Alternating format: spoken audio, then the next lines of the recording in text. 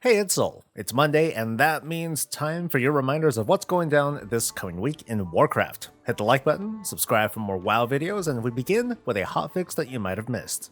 The Sands of Temporal Perfection have been nerfed. This is the trinket obtained from the Storm Sphere event that laid down a yellow field on the ground. Standing in it gives a big haste and speed buff, and at first, anyone was able to partake in the benefit. But not anymore. Now only the wearer of the trinket will receive the buff.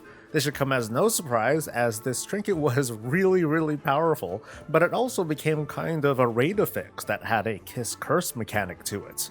Maybe it'll be back in Dragonflight Season 4.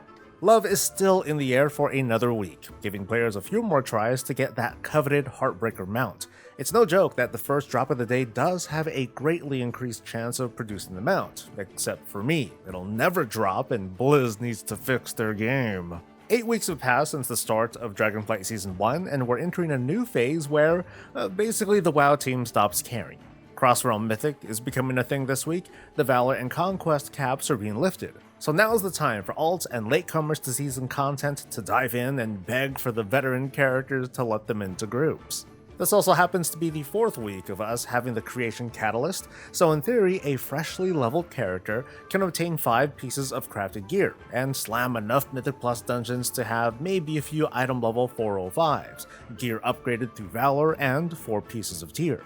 There's a lot more freedom in gearing for people who jump in now, and different decisions to make.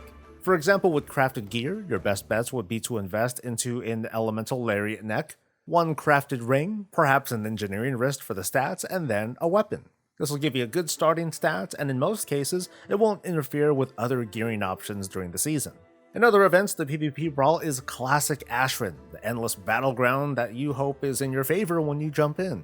The dungeon event might be over, but there's still more gearing opportunities. TBC Time Walking is in play, complete with Black Temple. Dive in for some transmog, starting gear, and Vault of the Incarnate normal loot.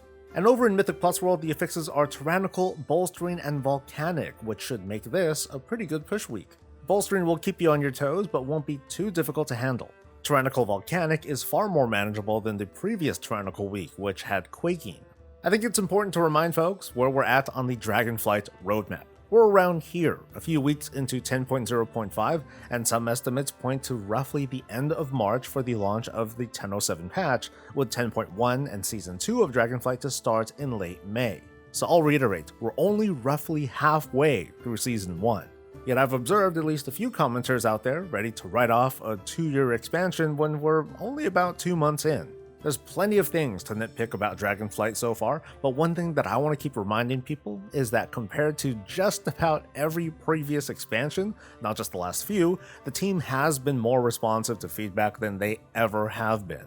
It almost feels like time is moving in a distortion with all these additions and regular class changes that it's like we're in the middle of Season 2 almost. It's almost exhausting trying to keep up, but I'll do my best to cover the news and commentate with my classic low energy.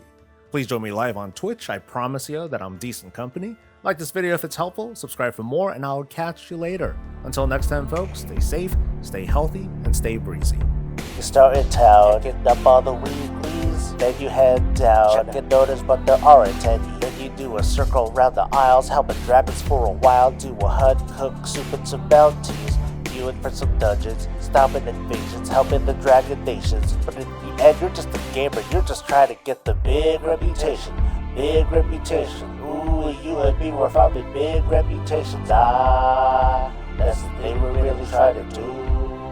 I want some transmog too. Done.